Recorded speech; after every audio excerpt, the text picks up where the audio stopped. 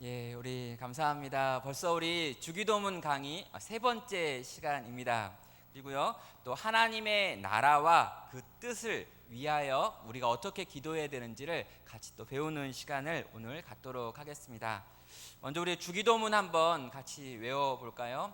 우리 주기도문 한번 큰 소리로 우리 마음을 담아가지고 한번 같이 외우도록 하겠습니다. 시작. 하늘에 계신 우리 아버지여, 이름이 거룩히 여김을 받으시오며 나라의 임하옵시며 뜻이 하늘에서 이룬 것 같이 땅에서도 이루어지이다. 오늘날 우리에게 일용할 양식을 주옵시고 우리가 우리에게 죄 지은 자를 사하여 준 것 같이 우리의 죄를 사하여 주옵시고 우리를 시험에 들게 하지 마옵시고 다만 악에서 구하옵소서. 대개 나라와 권세와 영광이 아버지께 영원히 있사옵나이다. 아멘. 자, 오늘은 이제 이 기도에서 이 두 번째 간구와 세 번째 간구에 해당하는 이 하나님의 나라가 임하게 해달라라고 하는 것과 하나님의 뜻이 이루어지게 해달라라고 하는 이 두 가지 기도에 대해서 같이 한번 살펴보도록 하겠습니다. 먼저 강의안 좀 4페이지짜리 강의안이 같고요. 우리 처음에 보면 복습이라고 해가지고 우리 지난번 2시간 동안 뭘 배웠는지에 대한 정리가 나와 있습니다. 첫 번째 우리가 시간에는요, 기도를 받으시는 하나님의 호칭에 대한 부분을 점검을 했습니다. 하늘에 계신 우리 아버지라고 하는 이 이름이 뭘 의미하는가라고 하는 걸 정리를 했죠. 예, 하늘에 계신다라고 하는 뜻은 하나님은 이 땅에 있는 아버지와 같지 않고 초월적이신 능력에 있는 분이시다라고 하는 의미와 그분이 정말 우리의 아버지처럼 우리를 친밀하게 대하신다. 저 산 꼭대기에 있는 모르는 신이 아니라 우리의 부모처럼 아버지처럼 우리를 돌보신다라고 하는 내용을 정리를 했습니다. 그래서 하나님께서 우리의 아빠가 되신다라고 하는 내용, 그렇기 때문에 우리가 그분의 자녀다라고 하는 내용, 그래서 아버지로 나아갈 수 있는 당당함이 우리 가운데 있어야 된다라고 이야기를 했죠. 그래서 이 땅에서 절대로 쫄지 말고 이 땅에서 우리가 당당하게 하나님의 자녀로서 씩씩하게 기도하고 살아가자라고 이야기했습니다. 은혜의 보좌 앞에 당당히 나아갈 수 있는 담력을 우리 가운데 주셨고 자격도 주셨다라고 하는 내용으로 정리를 했었죠. 자, 이제 두 번째 시간에는요, 첫 번째 했었던 간구의 내용을 살펴봤습니다. 하나님 아버지의 이름이 거룩히 여김을 받는다라고 하는 뜻이 무언가를 정리를 했었죠. 하나님의 이름은 곧 하나님의 전부를 가르친다라고 정리를 했고요. 거룩하신 하나님의 이름에다가 더 거룩함을 붙이는 것도, 그 거룩함을 깎는 것도 실제로 논리적으로 불가능하다라고 이야기를 했습니다. 그런데 이 하나님의 이름이 땅에 떨어지고 이 하나님의 이름이 더럽혀지는 경우가 있는데, 그 유일한 경우가 뭐냐면 그 이름을 준 하나님의 백성들이 거룩하게 살지 않을 때라고 이야기했어요. 그래서 하나님의 백성들이 하나님의 백성답게 살지 못하는 것, 그게 하나님의 이름을 더럽히는 것이다 라고 이야기를 했고요. 그렇게 더럽혀진 이름을 하나님 스스로 거룩하게 만드시는 사건이 우리를 구원하시는 사건이다라고 이야기를 했습니다. 그래서 우리가 이 첫 번째 간구를 잘 해석하지 않으면요, 그 뒤에 나오는 간구들이 다 꼬이기 때문에 이 첫 번째 간구가 중요하다는 거예요. 하나님의 이름이 거룩히 여김을 받아야 합니다라고 하는 기도는 하나님 우리를 구원하여 주십시오라고 하는 기도랑 같은 거다라고 이야기를 했습니다. 하나님, 당신의 그 거룩한 이름을 위하여 우리를 구원하여 주십시오. 우리의 힘으로는 이 사망에서부터 벗어나올 수가 없습니다. 이 포로로부터 나올 수가 없습니다. 하나님, 당신의 그 거룩한 이름을 위하여 우리를 이 죄로부터, 이 사망으로부터, 이 매임으로부터 건져 주십시오라고 하는 우리의 구원을 구하는 기도가 이 첫 번째 기도였다라고 밝혔고 그 내용을 설명을 했습니다. 자, 오늘은 두 번째 간구, 하나님의 나라에 대한 이야기고요, 또 하나님의 뜻에 대한 이야기를 같이 하려고 합니다. 여기에 있는 하나님 나라, 하나님의 뜻이라고 하는 부분에다가 당신의 나라, 당신의 뜻이라고 하는 표현을 쓰고 있는데요. 왜냐하면 이 헬라어 원문에 보면은 당신에 해당하는 이 어격이 붙어 있기 때문이에요.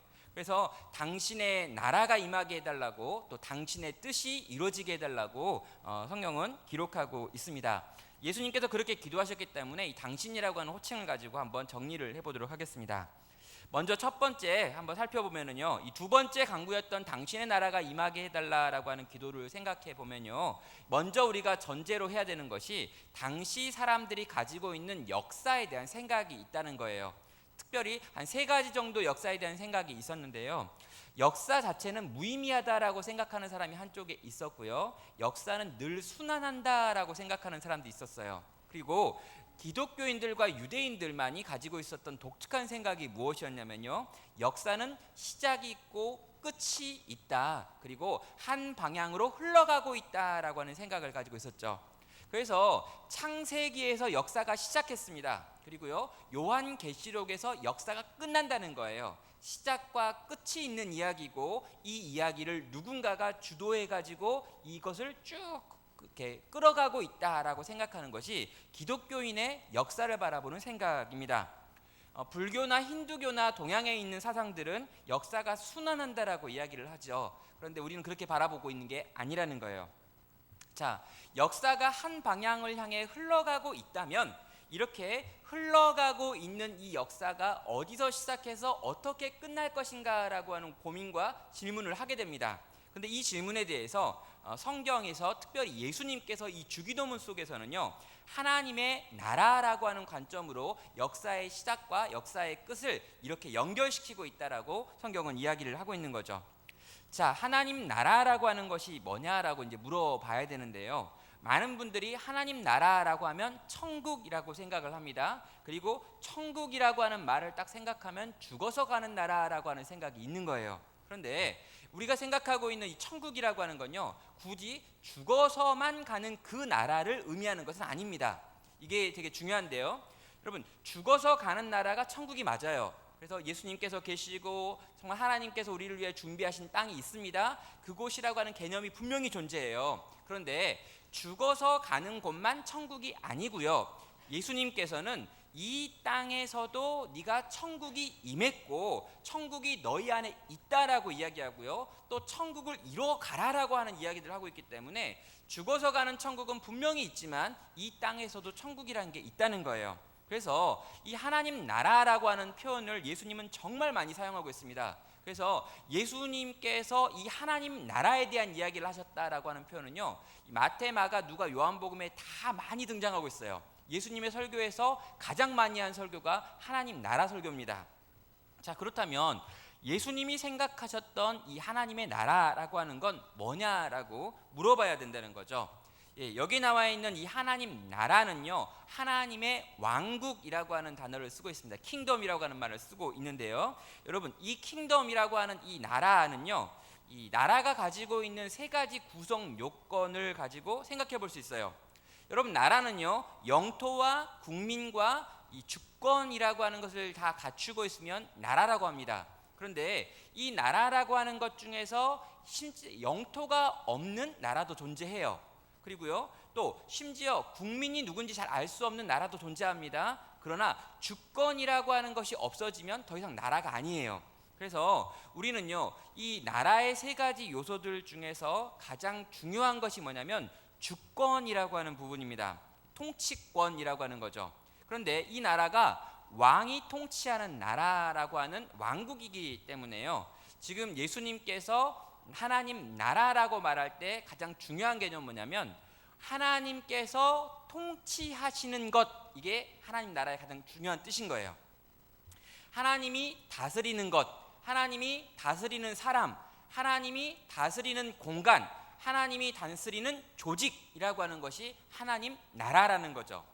중요한 개념이 이겁니다. 하나님이 다스리는 곳, 하나님이 통치하고 있는 것, 이게 하나님 나라라는 거예요. 자, 더 쉽게 이걸 한 문장으로 요약하면 이렇게 요약이 됩니다. 왕이신 하나님께서 다스리시고 그 나라의 백성들이 그 통치에 순종하고 있는 상태라고 하는 것이 하나님 나라예요.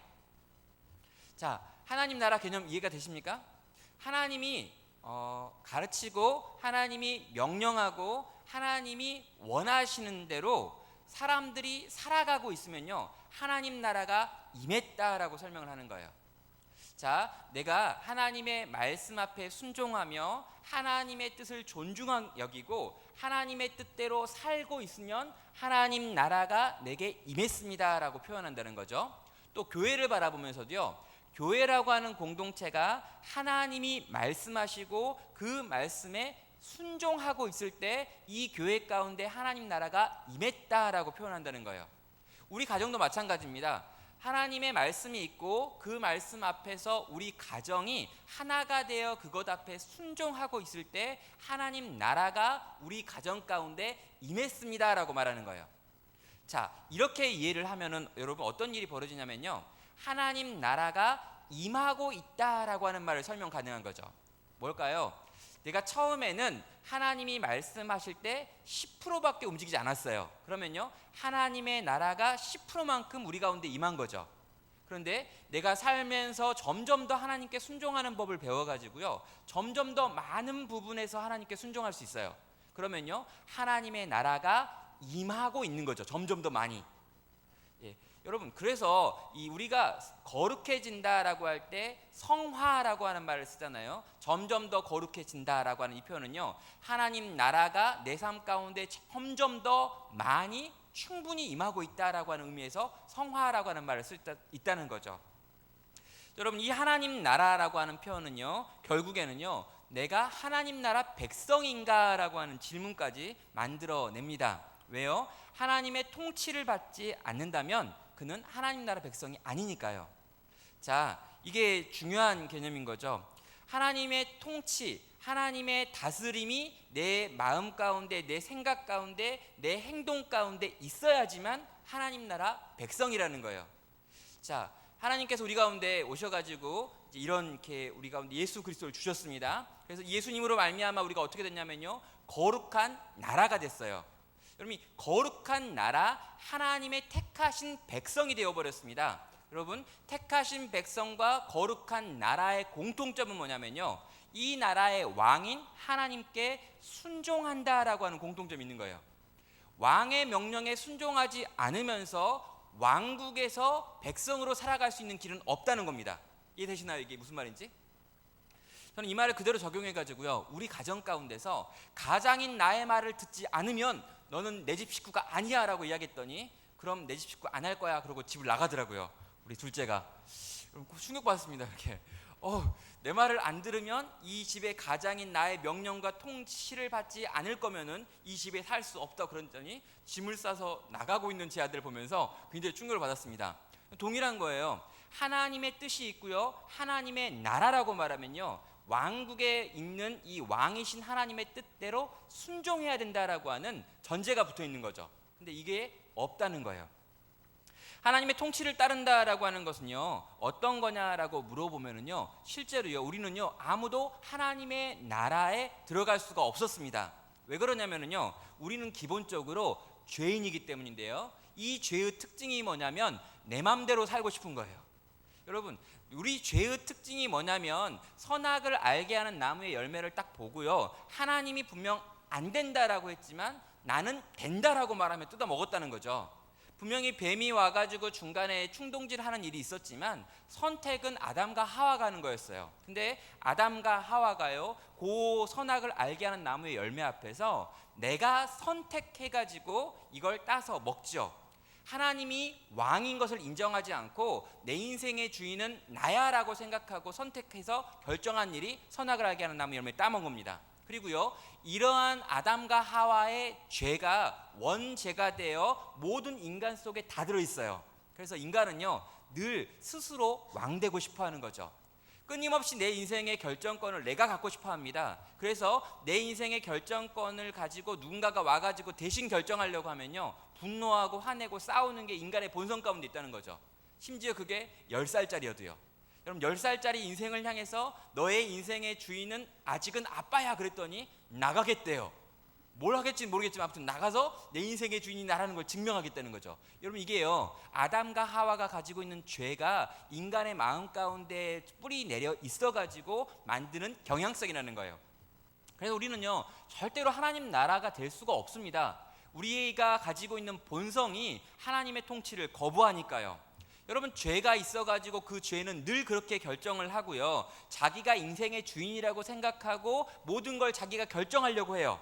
그런데 어떤 일이 벌어졌냐면요, 예수 그리스도께서 우리를 위하여 십자가에 달려 죽으심으로 말미암아 이전에 있었던 그 내 인생은 내 것이다라고 말했던 죄된 본성을 가진 인간을 죽이시는 거예요. 십자가에 못 박혀 죽여버리시고요, 우리를 새로운 피조물이다라고 말하면서 새로운 존재를 만드셨다는 거예요. 겉으로 보기에는 똑같은 나인데 이전에 있는 나는 절대로 내 인생의 주인의 자리를 넘길 수 없는 나였는데요, 새로운 피조물이 된 나는 내 인생의 주인 자리에 예수님을 모실 수 있는 인간이 되어버린 거라는 거죠. 여러분, 이 영적인 변화가 거듭남이라고 하는 과정 속에서 나타나고 생겨난다는 거예요. 내가 불순종의 방향성을 가지고 있는 인간이었는데 그 방향을 바꿀 수 있는 새로운 피조물이 되는 사건, 이걸 거듭남, 다시 태어남, 위로부터 태어남이라고 한다는 것이죠. 자, 그래서요, 이렇게 위로부터 다시 태어난 그 인간이요, 어떤 걸 선택하는 걸 회심이라고 이야기하는 거예요. 마음을 뒤집었다 바꿨다, 메타노이아라고 이야기하죠. 뭐냐면 이전에는 내가 내 인생의 주인으로서 그냥 쭉 살아갔었는데 이제 내 인생의 주인의 자리에다가 내가 아니라 하나님을 모시겠습니다. 내 인생의 주인의 자리에다 예수님을 모시겠습니다. 내 인생의 방향을 바꾸겠습니다 라고 하는 것이 회심이라고 하는 것입니다. 여러분, 그래서요, 이 죄로 말미암아 죽을 수밖에 없는 인간이 예수 그리스도의 구속으로 말미암아 방향을 바꿔서 걸어갈 수 있게 하신 사건이 일어났기 때문에 이 사건을 경험한 사람들, 그래서 인생의 주인의 자리에 하나님을 모실 수 있는 사람들을 하나님의 백성이라고 부르고요, 이 하나님의 백성들을 하나님의 나라라고 부른다는 거예요. 그래서 이걸 확대하면은요, 교회가 곧 하나님의 나라다라고 하는 표현이 가능하기도 한다는 것이죠. 근데 여러분, 그러면 이제 우리가 물어봐야 되는 질문이 이거죠. 하나님의 통치를 따르지 않는 하나님의 백성이라는 게 가능한가요? 라고 하는 질문을 해보는 거예요. 아니, 나는 분명히 예수님을 믿는다고 하고 교회를 다닌다고 하고 저 사람은 분명 교회를 다니고 성도라고 불리는데 저 사람의 삶 가운데 어디를 봐도 하나님의 뜻대로 하나님의 말씀대로 하는 게 없어요. 그러면 그 사람을 뭐라고 부르는가? 두 개로 부를 수 있어요. 뭐냐면 교회 안에 들어와 있는 불신자. 되게 신기하죠. 교회 안에 들어와 있는 불신자가 있는 거예요. 늘 있어 왔던 것이고 교회는 늘 이런 사람과 함께 있을 겁니다. 교회 안에 있지만 구원받지 못한 사람들이 있다라는 거예요. 또 한 사람이 뭐냐면요, 교회 안에 있는 어린 신자인 거예요. 예수님을 알고 구원의 은혜를 경험했지만 아직은 너무 어려서 예수님의 자녀로서 마땅한 삶을 살아낼 만한 능력이 아직 없는 그런 사람이 있는 거죠. 그래서 교회 안에 있는 불신자에게 복음을 전해줘 가지고 이 사람이 예수님을 믿는 사람으로 돌아오게 만드는 일도 교회 안에서 해야 되고요, 교회 안에 있는 아직은 어려가지고 하나님 뜻대로 살 수 없는 자가 있기 때문에 이런 사람들을 도와주는 것도 교회가 해가지고 결국에는요, 모든 사람이 하나님 나라가 되어서 하나님의 통치를 받아가지고 사는 데까지 이르도록 돕는 곳이 교회 공동체가 되어야 되고요, 또 내가 이미 하나님 나라가 되어가지고 하나님 뜻대로 살고 있는 부분이 많이 있다면 이 많이 살고 있는 이 부분으로 실제로 가르쳐주고 보여주고 함께 있어가지고 이걸 끌어가는 일도 해야 되는 거죠. 여러분, 교회는 늘 그런 일을 했던 거예요. 교회 공동체는요, 늘 그렇게 이미 앞에서 그 길을 걸었던 사람들이 삶으로 이렇게 사는 거야 라고 하는 샘플을 보여주었고요, 뒤에서 따라오고 있는 어린 신자들이 앞에 가고 있는 선배들의 그 삶을 보면서 아, 저렇게 사는 것이 하나님 나라를 사는 거구나 라고 하는 걸 배워가는 곳이었다는 거죠. 그래서 삶으로 배우고 삶으로 이해하게 되는 일들이 교회 공동체에서는 끊임없이 나타나야 됐다는 것입니다. 여러분, 정리하면 이렇게 또 정리가 됩니다. 하나님 나라는 죽어서 가는 나라만을 의미하는 것은 아니다. 물론 죽어서 가는 나라가 분명히 있습니다. 그 나라에 대한 소망도 있어야 되고요, 그러나 예수님은 그 나라만 말한 건 아니라는 거예요. 이 땅에서 생명이 있는 동안에도 하나님 나라는 우리 가운데 점점 임해야 된다라고 이야기를 하고 있기 때문이죠.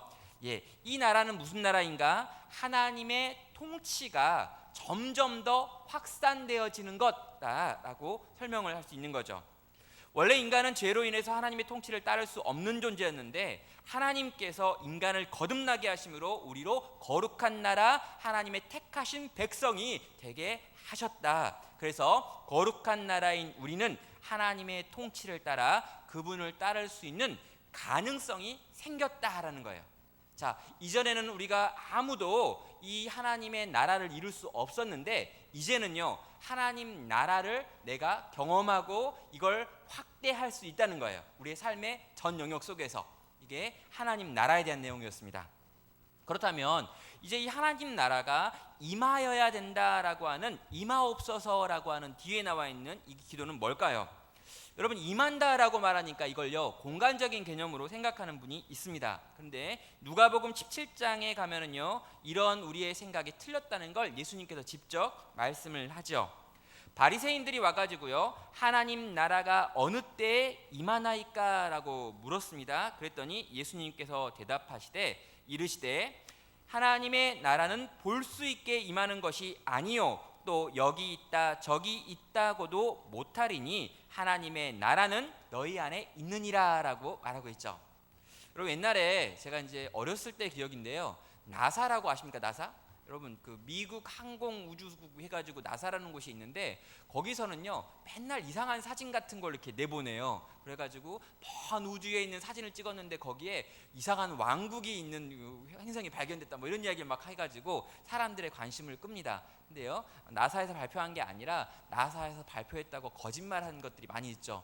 그래가지고 무슨 거기에 뭐 물이 있어서 거기에 인류가 있을 수 있다, 뭐 거기에 어떤 막 있다, 뭐 이렇게 막 이야기를 합니다. 그런데요 그런 곳에 천국이 있는 게 아니라는 거예요. 또 여러분, 임사 체험을 하신 분들이 가끔 있어요. 그래서 죽었다 살아났다고 하시는 분들이 가끔 내가 죽어가지고 천국을 향해 막 우주의 별들을 뚫고 막 날아가가지고 뭐 이렇게 한 8시간 정도 날아갔더니 거기에 천국이 있더라, 뭐 빛의 속도로 8시간 날아갔다, 뭐 이런 이야기를 막 하는 분들이 있습니다. 여러분, 그런 나라 없다는 거예요. 여러분, 정말 예수님께서는요 공간적인 의미에서 그런 나라를 이야기하고 있지 않습니다. 그분이 말하고 있는 게 뭐냐면요, 여기 있다 저기 있다라고도 못할 것이며 하나님의 나라는 너희 안에 있다라고 하면서요 너희 속에 이미 와 있는 하나님의 나라에 대해서 그분은 강조하고 계신다라는 거예요. 하나님의 나라는 이미 너희 안에 있다라고 말하는데 그건 과연 무슨 말인지 알아야 한다는 것이죠. 왜냐하면 임하여 달라고 기도하고 있기 때문에. 여러분, 여기서 우리는요 이미와 아직이라고 하는 것이 이 하나님 나라 가운데 적용이 되어집니다.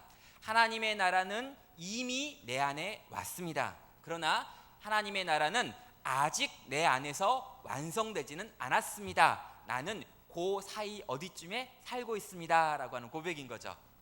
여러분, 우리가 성도가 되면요 이런 거 있잖아요. 성도가 딱 되어가지고 정말 예수님을 믿게 되면은요 내 마음 가운데 예수님 뜻대로 살고 싶은 마음이 있어요. 그쵸? 이걸 없는 사람은 성도가 아니에요. 하나님 뜻대로 살고 싶은 마음이 전혀 없는데 내가 성도다? 아니에요. 하나님의 뜻대로 살고 싶은 마음이 있습니다. 하나님의 뜻대로 생각하고 싶은 마음도 있고요, 그렇게 느끼고 싶은 마음도 있고요, 살고 싶은 마음도 있는데 너무 미약하죠. 여러분, 그러나 하나님의 나라는 임한 거예요. 이해되시나요?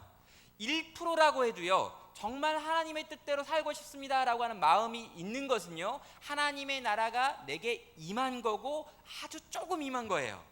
예, 이미 임하기는 했습니다. 근데요 여러분, 아직 하나님을 믿지 않는 사람, 예수 그리스도로 말미암아 구원받지 않는 사람은요 하나님 뜻대로 살고 싶은 마음이 1%도 없어요. 전혀 없는 상태였는데요 이게 1%가 생겼습니다. 그러면요 하나님 나라가 임한 거예요. 근데요 이 나라가 아주 신비한데요. 왜 신비하냐면요 누룩과 같아요. 이 나라가 아주 신기한데요 겨자씨 같아요. 그래가지고 아주 조그맣고요 아주 작은데요 고개 한번 들어와 버리면요 요 속에서 막 번지기 시작하는 거예요. 누룩이 빵순을 막 만들어내는 것처럼, 겨자씨가 나무가 돼버리는 것처럼 요게 아주 작고 아주 소소한데 아주 조그매가지고 이게 과연 뭐냐 이러는데요 요게 진짜 들어와 버리면요 사람이 이 하나님 나라의 씨앗의 능력 때문에, 이 누룩의 권능 때문에 결국에는요 이 나라가 그 속에서 확산되더라는 거예요. 이게 그 나라의 힘과 능력인 거죠. 그래서 이미 그 나라가 우리 가운데 들어와 버리면 아직은 완성된 모습은 아니지만 결국에는요, 완성된 모습이 되어질 때까지 이 나라가 쉬지 않는다는 거예요. 그래서 하나님 나라 비유에 보면은요, 겨자씨의 비유, 또 누룩의 비유 같은 것을 보면은 이 나라가 작게 임하지만 결국에 모든 걸 다 뒤집는다라고 하는 이야기가 있는 거죠. 자, 하나님 나라에 대한 이야기를 볼 때요, 주기도문을 살펴보면은 주기도문에서 예수님께서 기도하고 있는데 이 기도할 때 나오는 시제, 시간을 표현하고 있는 이 시제가요, 전부 다 부정과거라고 하는 걸 사용하고 있습니다. 여러분, 이 부정과거라고 하는 시제가 뭘 의미하는 거냐면요, 과거에서부터 시작해가지고 현재도 진행되어지고 있고 미래에는 완성되어진다라고 하는 걸 의미할 때 부정과거 시제라고 하는 헬라어 시제를 사용하고 있어요. 여러분, 신기한 게 뭐냐면요, 구약에 있는 히브리어라고 하는 언어는요, 다 부정과거 시제가 기본형이에요. 되게 신기합니다. 우리는 현재 시제가 기본형. 이런 거는 또 몇 분이 약간 힘들어할 수 있으니까 그냥 넘어갈게요. 그러니까 우리는 다 엄마 밥 먹고 있니? 뭐 이렇게 이야기하잖아요. 그러니까 지금 있는 이야기, 그러니까 지금 되어지고 있는 게 기본적인 어용이고, 뭐뭐 했었습니다라고 하는 것들은 실제로 과거를 나타내는 표현들은 이제 우리가 가끔 쓰는 표현들인 거죠. 근데 이 히브리어는요, 기본적으로 기본 언어가 이 과거형이고 과거 완료형이에요. 자, 부정과거라고 하는 이 시제가 갖고 있는 의미가 뭐냐면은요, 자, 과거에 하나님께서 이 일을 시작하셨어요. 그러면요, 하나님이 한번 시작하신 일은요, 지금도 늘 진행돼요. 그리고요, 하나님께서 시작했기 때문에요, 결국에는 완성된다는 거예요. 여러분, 인간은 그렇게 약속할 수 없잖아요. 인간은 약속할 수 없는 존재잖아요. 인간은 이렇게 시작했지만 지금 못할 수 있어요. 결국에는 안 될지도 몰라요. 그래서 인간은 약속하면 안 되는 존재고 맹세하면 안 되는 존재예요. 우리 하나님은요, 말하시는 모든 게 다 맹세예요. 왜요? 그분의 입에서 나왔으면요, 시작해버린 건요, 반드시 진행되어지고요, 결국에 완성되어지는 거죠. 하나님은 시건하는 분이 아니세요. 그분은 시작했으면 완성하는 분인데 하나님 나라가 그렇다는 거예요. 하나님 나라는요, 이미 시작되어 가지고 아직 완성되지 않았지만 이미 또 완성된 거예요. 그래서 우리는요, 사람 안에 있는 조그만 그 씨앗이라도 보이면 그를 성도라고 부르는 거고요, 하나님 나라 백성이라고 부르는 거고요, 그를 향한 구원이 결코 끊어지지 않는다라고 선언하는 거예요. 1%라도, 아니 0.01%라도 그 사람이 예수 그리스도를 믿는 믿음이 있으면요, 그를 성도라고 부르고요, 그 성도는요, 반드시 그 안에 들어가 있는 그 믿음이라고 하는 것이 반드시 자라기 때문에 그 씨앗이 결국에 열매를 맺는 것이다 라고 믿으면서 우리는 그를 바라보며 하나님 나라다라고 칭해 줄 수 있다는 거죠. 자, 이렇게 우리는요, 하나님 나라 백성으로 이 땅을 삽니다. 하나님 나라예요. 우리 한 사람 한 사람이 하나님 나라고 우리가 모여있는 것이 하나님 나라입니다. 교회도 그래서 하나님 나라인 거죠. 그런데요, 이렇게 한 사람 한 사람이 하나님 나라가 되어지면은요, 그런 우리가 하는 일들이 나와 있습니다. 뭡니까? 하나님의 나라가 아직 임하지 않은 것이 뭔지에 대해서 보게 되는 거예요. 관심이 거기에 간다는 거죠. 하나님의 통치가 아직 임하고 있지 않는 내 삶의 영역은 무엇인가라고 나를 돌아보게 돼요. 그래가지고 내가 하나님 통치를 잘 받고 있는 영역은 여기고 안 받고 있는 영역은 요거구나, 요걸 바꿔야지라는 생각이 드는 거죠. 여러분, 점점 더 신기하게도요, 하나님을 아는 영역이 더 많아지고 순종하는 영역이 많아지면은요, 못하는 영역들에 대한 관심도 많아지면서 이것도 바꿔야지라고 하는 생각이 와요. 또 뭐가 있습니까? 또 하나님의 통치가 미치지 않는 우리의 영역들은 무엇인가라는 생각이 있어요. 뭐냐면 교회 공동체를 바라보면서, 아, 여기는 지금 잘하고 있는데 저기는 안 되고 있구나, 안 되고 있는 저건 왜 안 되는 걸까라고 하면서 그 영역들에 대한 관심을 갖게 되는 거죠. 여러분, 그래서 이런 거예요. 아, 지금 우리는 굉장히 행복해 보이지만 저기는 굉장히 힘들어 보이는데 저 사람들이 저렇게 힘들어 보이는 이유가 뭘까 해가지고 그것들을 돕고 싶은 마음이 생기는 거고요. 또 공간을 바라보면서 그런 생각이 드는 거고요. 우리의 주변을 바라보면서 그런 거고요.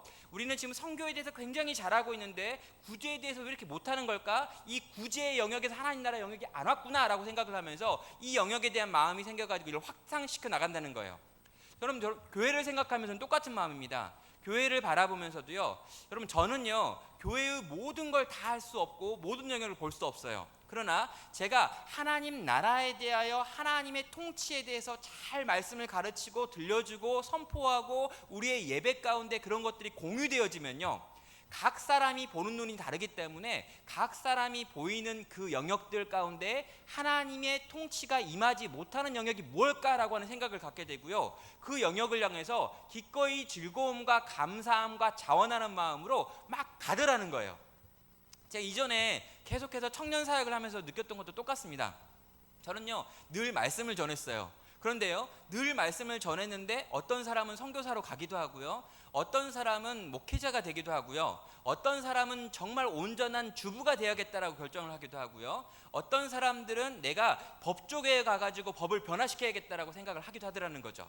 각자가 각자에게 부르신 하나님의 사명을 받고요, 그 사명 속에서 그 영역에 있는 하나님 나라의 성취를 위해서 자기의 삶을 내어 던지는 일들이 공동체 가운데도 일어나더라는 거예요. 또 여러분, 하나님의 통치가 필요한 이 땅은 어디인가라고 하는 질문을 갖게 되더라고요.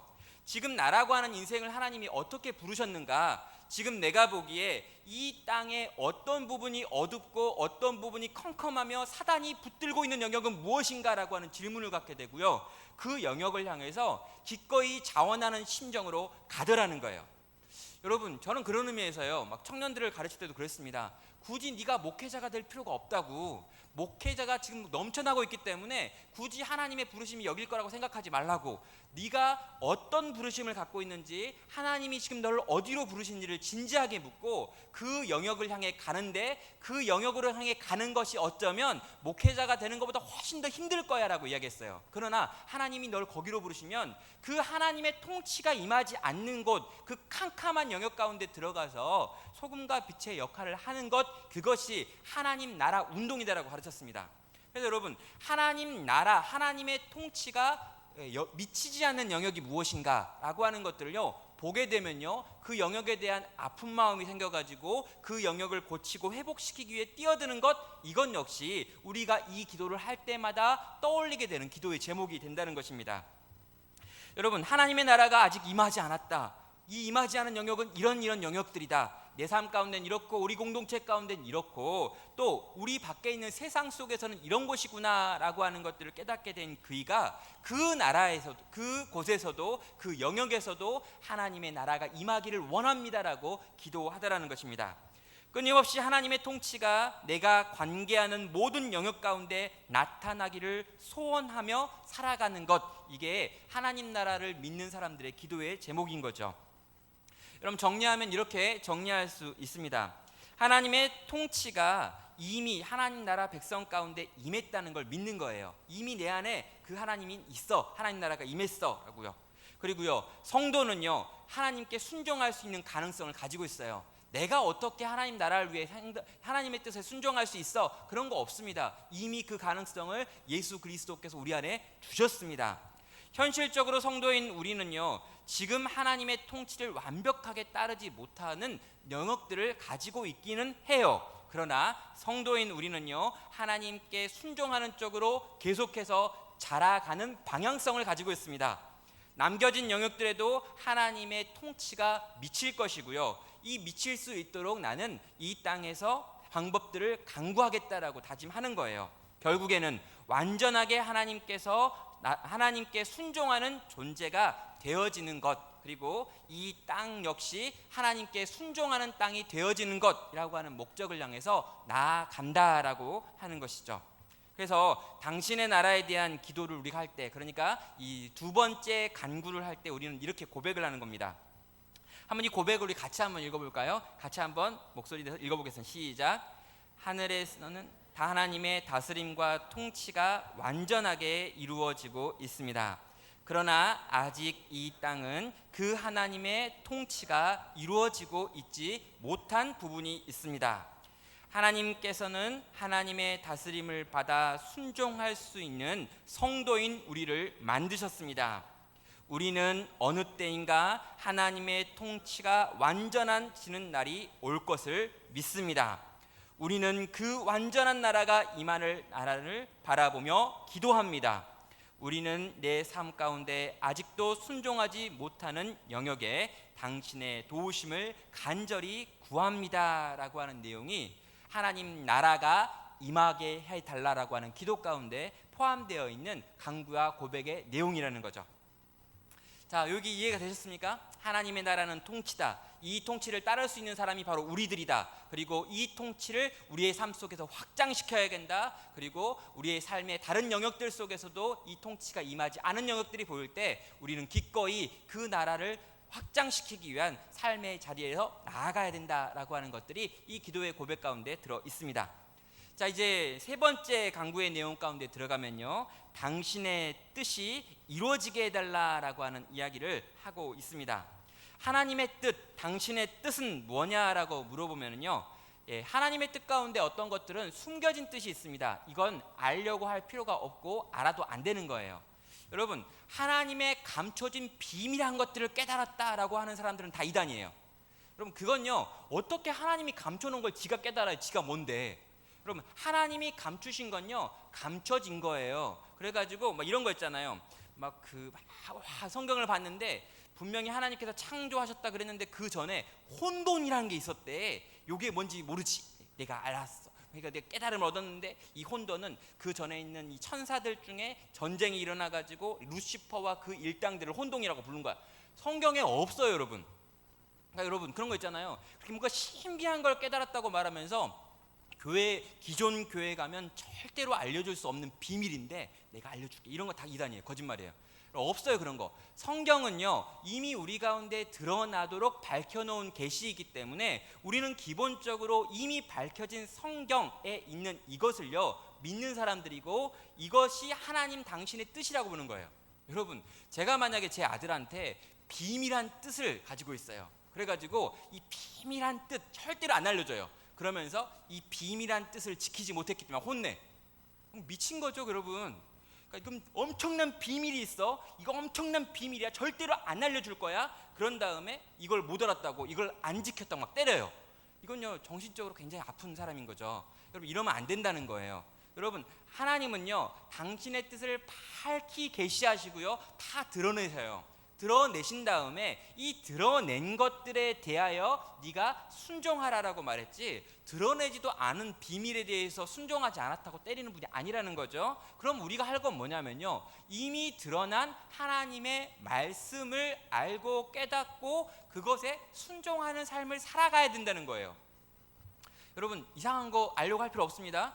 크고 신비한 비밀, 그리고 이런 사람들이 있어요. 성경 66권에 대한 관심은 없으면서 가끔 막 도마복음, 막달라 마리아 복음 이런 거 나오면 그거 찾아보고 싶어하는 막 사람들이 있어요. 그런 복음서가 있댔는데요, 뭐 이러면서. 여러분, 66권이나 읽으세요. 그러니까 여러분, 이미 드러나 있고 밝혀져 있는 하나님의 뜻이라고 하는 것들을 우리는 가장 중시 여깁니다. 이것도 잘 모르니까요. 그래서 우리는 성경을 보고 이걸 밝혀진 뜻을 봐요. 그리고요, 살다 보면은 성경에는 안 나와 있는 것들이 있잖아요. 우리가 어떤 삶의 문제를 부딪혔는데 성경에 없어요. 한번 이런 거 생각해 봅시다. 담배를 피우는 것은 어떤 걸까요? 담배를 피우면 될까요? 안 될까요? 성경에 담배를 피우지 말라라고 하는 말이 있나요? 없지요. 또 혹시 있다고 손 들은 분 있을지 모르겠는데 없어요, 여러분. 근데 여러분, 담배를 피우지 말라라고 하는 말은 성경에 없지만 성경에 있는 이 말씀의 기본적인 원리들을 가지고요, 담배를 피우는 것이 옳지 않다라고 하는 걸 상식적으로 유추할 수 있습니다. 성전이, 우리 인간의 몸이, 하나님의 백성들의 몸이 성전이다. 그리고 이 성전을 깨끗하게 해야 되고 해야 하면 안 된다. 그리고 이 성전인 이 하나님의 몸, 이 성도가 밝은 정신으로 하나님께 나아갈 수 있어야 되는데 그것을 혼미케 만드는 다른 것들이 그 안에 들어오면 안 된다라고 하는 몇 가지 원칙들이 있기 때문에 이 원칙들을 가지고, 이미 성경이 나와 있는 이 원칙들을 가지고 우리 삶 가운데 일어나는 것들에 대해서 유효한 추론의 과정을 통해 가지고 된다 안 된다를 결정할 수 있다라는 거예요. 이건 역시 여러분 드러난 것입니다. 여러분, 성경에 명시적으로 기록되어 있는 말씀을 근거해서 유효한 추론을 통해 가지고 하나님이 원하신다라고 생각되어지는 것을 바로 당신의 뜻, 하나님의 뜻이라고 하는 거예요. 이해되시나요? 성경 어디 나왔어? 뭐 이렇게 말하잖아요. 그러면 성경에 안 나와 있어도 성경을 찬찬히 보면 그게 맞고 안 맞고는 알 수 있는 것들이 많더라는 거죠. 여러분 늘 이렇게 이런 이야기 있죠. 술 마시는 것이 죄입니까? 막 이런 얘기 하잖아요. 그러면서 하는 말, 술 취하지 말랬는데 나는 늘 안 취한다고. 그러니까 나는 술 마셔도 된다고 이렇게 이야기하는 거죠. 여러분 꼭 그렇게까지 힘들게 술 마시기 원하냐는 거예요. 여러분 그렇게까지 힘들게 막 말씀을 막 비껴가면서 막 그게 피해가면서 취하지 막 이런 거 찾아가면서 꼭 그렇게 술을 마셔야 되는지 잘 모르겠어요. 근데 여러분 술 마신다고 해가지고 지옥 가는 거 아닙니다. 분명히 성경 그래요. 술 마시고 안 마시고의 문제가 천국과 지옥을 가르는 문제도 아니고요. 성도가 아닌과의 문제도 다루는 게 아닙니다. 그러나 술 취하지 말라라고 하는 그 말이 가지고 있는 의미 속에서는요, 하나님 나라 백성들이 술이라고 하는 것을 속에서 위안을 얻거나 그것으로 말미암아 정신이 혼미해져서 바른 판단력을 못하는 상태는 안 된다라고 생각하기 때문에 그런 큰 전제를 가지고 이야기를 하는 거예요. 그러면 내 삶 가운데 일어나는 다양한 상황 속에서 술 마시느냐 마느냐라고 하는 문제는요, 그 원칙을 가지고 유효한 추론의 과정을 가지고 판단하셔서 결정하시고 선택하시고 책임지면 된다는 거예요. 자, 그렇게 하나님께서는 여러 가지 것들을 가지고요 우리에게 말씀하고 있고 이미 밝히 드러난 것들이 많이 있습니다. 자, 그래서요 우리는요 그 하나님께서 밝히 드러내신 그 당신의 뜻, 그 뜻을요 하늘에서 이루어지는 것처럼 땅에서도 이루어지는 삶을 살아야 된다는 거예요. 여러분 하늘에서 이루어진다는 말이 무슨 말일까 우리가 몰랐는데요, 여러분 하늘에서 이루어진다는 말은 천사들이 그 명령 앞에서 그 뜻 앞에서 순종하는 것처럼이라고 해석하면 됩니다. 하늘에 천사들이 있는데 이 천사들은요 하나님을 수종하는 자들이고요, 또 인간 하나님의 백성들을 수종하는 종이에요. 그래가지고요 하나님의 뜻이 딱 있으면요 천사들은 일사불란하게 이걸 딱 순종하더라는 거죠. 이렇게 100% 하나님의 뜻에 순종하는 것처럼 하나님이 뜻을 세우시면 천사들이 그것 앞에 늘 아멘 로 복종했던 것처럼 이 땅을 살고 있는 하나님의 백성들 역시 이 땅에서 하나님의 뜻을 이루어 드리는 삶을 살겠습니다. 살기를 원합니다. 살 수 있도록 도와주십시오라고 하는 기도가 하나님의 뜻이 하늘에서 이루어진 것처럼 이 땅에서도 이루어지는 것을 나는 원합니다라고 하는 기도인 것이죠. 자, 땅에서도 이것이 이루어져야 된다라고 하는 말을요, 여러분 루터는요 이런 방식으로 번역을 했습니다. 루터가 번역한 독일어 성경은 이렇게 번역하는데요, 당신의 뜻이 나타날 것입니다. 하늘에서처럼 땅에서도. 선언인 거죠.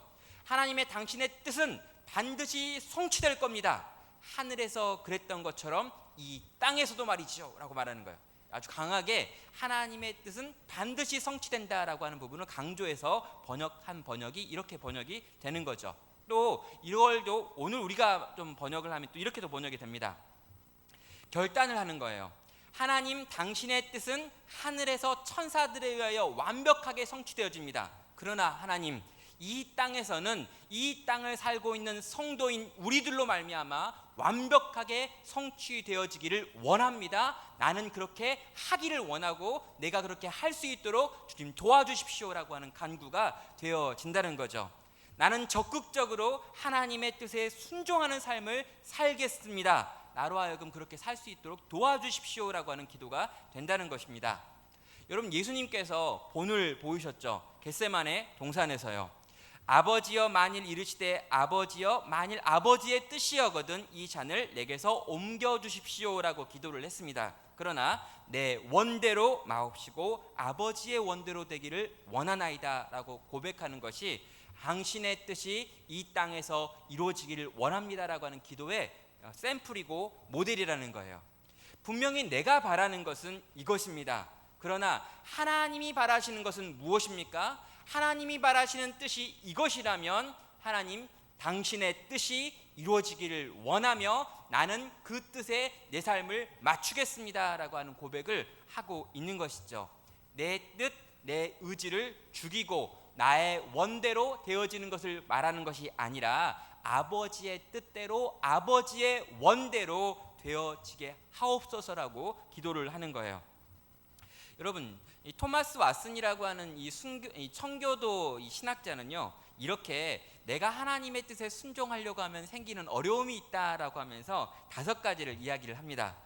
자, 내가 하나님의 뜻에 순종하겠습니다. 내가 내 뜻이 아니라 하나님의 뜻에 복종할게요 라고 딱 말하는 순간 어떤 일들이 일어나는지 한번 보겠습니다. 첫 번째, 마귀가 우리로 하나님의 뜻을 분별하지 못하게 해요. 마귀가 와가지고요, 먼지를 확 뿌려가지고요, 이 구름이 끼어가지고 하나님의 뜻이 뭔지 모르겠다라고 하는 혼미가 옵니다. 두 번째로요, 하나님의 뜻을 듣는 순간 우리의 마음에 순종하지 말아야 될 수많은 이유들이 막 떠올라요. 놀랍죠? 또 있습니다. 순종을 결심하는 순간 내가 이렇게 순종하기 때문에 내 인생이 망하겠구나 라고 하는 염려가 밀려오기 시작해요. 네 번째, 과연 우리에게 하나님의 뜻을 순종할 만한 능력이나 순종해야 될 분야가 있겠는가라고 하는 자괴감이 또 밀려오죠. 그리고 5번째, 최선을 다해 하나님의 뜻에 순종했음에도 불구하고 그 결과가 선하지 않을 거야 라고 하는 걱정과 근심이 막 밀려오는 거예요. 결국 어떻게 됩니까? 하나님의 뜻대로 안 살아야지라고 하는 마음이 물밀듯 온다는 거예요. 여러분, 하나님의 뜻, 당신의 뜻대로 살겠다라고 딱 결심을 하는 순간 내 마음속에서 수없이 많은 공격이 와가지고요, 결국에는 그때대로 살지 못하게 하는 이 어떤 정서가 생긴다는 거죠. 그래서 어떻게 하냐고요? 기도해야 된다는 거예요. 하나님의 뜻이 하늘에서 이루어진 것처럼 땅에서도 이루어지기 원합니다라고 하는 하나님의 도움을 구하는 그 기도 없이는 우리는 결코 이 땅에서 하나님 뜻대로 살 수 없다라고 말하고 있는 거죠. 정리하면 이렇게 정리할 수 있습니다. 하나님의 뜻을 성취하는 것처럼 보이지 않는 세상이지만, 하나님의 뜻이 지금 막 성취되어지고 있는 것처럼 보이지 않을 때가 많아요. 그렇지만 성도는 삶 가운데서 하나님의 뜻에 순종함으로 명시적인 말씀과 하나님의 말씀에서 유추된 명령들에 순종함으로 이 땅에서 하나님의 뜻이 온전히 성취되어지도록 해야 하는 삶을 살아야 합니다. 그리고 이렇게 살려면 기도로 하나님께 지혜와 의지와 힘을 구해야 되고요, 삶 가운데서 그것들을 살기 위한 노력과 수고가 있어야 한다라고 정리할 수 있는 거죠. 자, 당신의 뜻이 이루어지기 원합니다라고 하는 기도의 고백들을 한번 우리 같이 한번 목소리를 내서 해볼까요? 7-가에 있는 고백과 적용을 한번 해보도록 하겠습니다. 다 같이 한 목소리 해보겠습니다. 시작. 하나님께서는 성도가 알아야 하는 것을 충분하게 말씀 가운데 남기셨습니다. 말씀을 배우고 말씀 중심으로 사고하는 법을 연마하여 하나님의 뜻을 분별하겠습니다. 분별된 하나님의 뜻이 나의 뜻과 다르다 할지라도 난 하나님의 뜻에 순종하겠습니다. 성도의 순종으로 말미암아 땅이 점점 하나님의 뜻이 이루어지는 공간이 되게 하겠습니다. 하나님의 뜻을 바르게 알고 삶 가운데 순종할 수 있는 지혜와 명철을 주십시오. 나와 우리가 그 하나님의 뜻에 순종하는 삶을 살아내므로 하나님의 백성임을 증명하게 하소서. 이렇게 2가지로 정리를 해봤습니다. 정말 하나님의 나라가 임하게 해달라는 기도, 하나님의 뜻이 하늘에서 이루어진 것처럼 이 땅에서도 이루어지게 해달라는 기도, 그리고 이 기도를 통해서 주님께서 우리 가운데 이 하나님의 나라를 이룰 수 있게 만드시고 하나님의 뜻을 이루게 만드는 역사가 우리 가운데, 나 개인과 우리 가정과 또 우리 교회 공동체 가운데 일어나기를 주님의 이름으로 축원합니다. 이제 우리 한번 같이 찬양할 텐데요, 이 땅의 황무함을 보소서라고 하는 찬양 같이 하려고 합니다. 여러분, 이 땅에 있는 황무한 곳들을 좀 볼 수 있는 눈이 우리 가운데 열렸으면 좋겠습니다. 여러분, 이 땅에 있는 이 황무한 곳들이 뭘 의미하는 걸까요? 여러분, 여긴 뭐냐면요, 하나님의 나라가 임하지 못한 곳이에요. 하나님의 뜻이 짓밟히고 있는 땅들이 있다는 거예요. 이 땅에 있는 이 황무한 것들, 여러분, 그게 어떤 나라일 수도 있고요, 또 어떤 영역일 수도 있습니다. 여러분, 정치라고 하는 영역일 수도 있고요, 경제라고 하는 영역일 수도 있고요, 이 공부라고 하는 영역일 수도 있고요, 또 내 가정이라고 하는 영역이 될 수도 있어요. 그런데 여기서 하나님의 나라가 임하지 않은 것 같아요. 여기에서 하나님의 뜻이 성취되어지고 있지 않아요. 여러분, 이 영역들, 이 깨어지고 부서지고 하나님께서 고치셔야 되는 영역들, 이 영역들 가운데 하나님 긍휼을 베풀어 주십시오. 하나님, 우리의 죄를 용서하여 주십시오. 주님, 이 영역들을 고쳐 주십시오. 하나님의 나라가, 하나님의 뜻이 이루어지는 곳들이 되게 하여 주십시오. 이 시간 이 찬양으로요 함께 같이 기도하고요, 찬양하고요, 기도하도록 하겠습니다.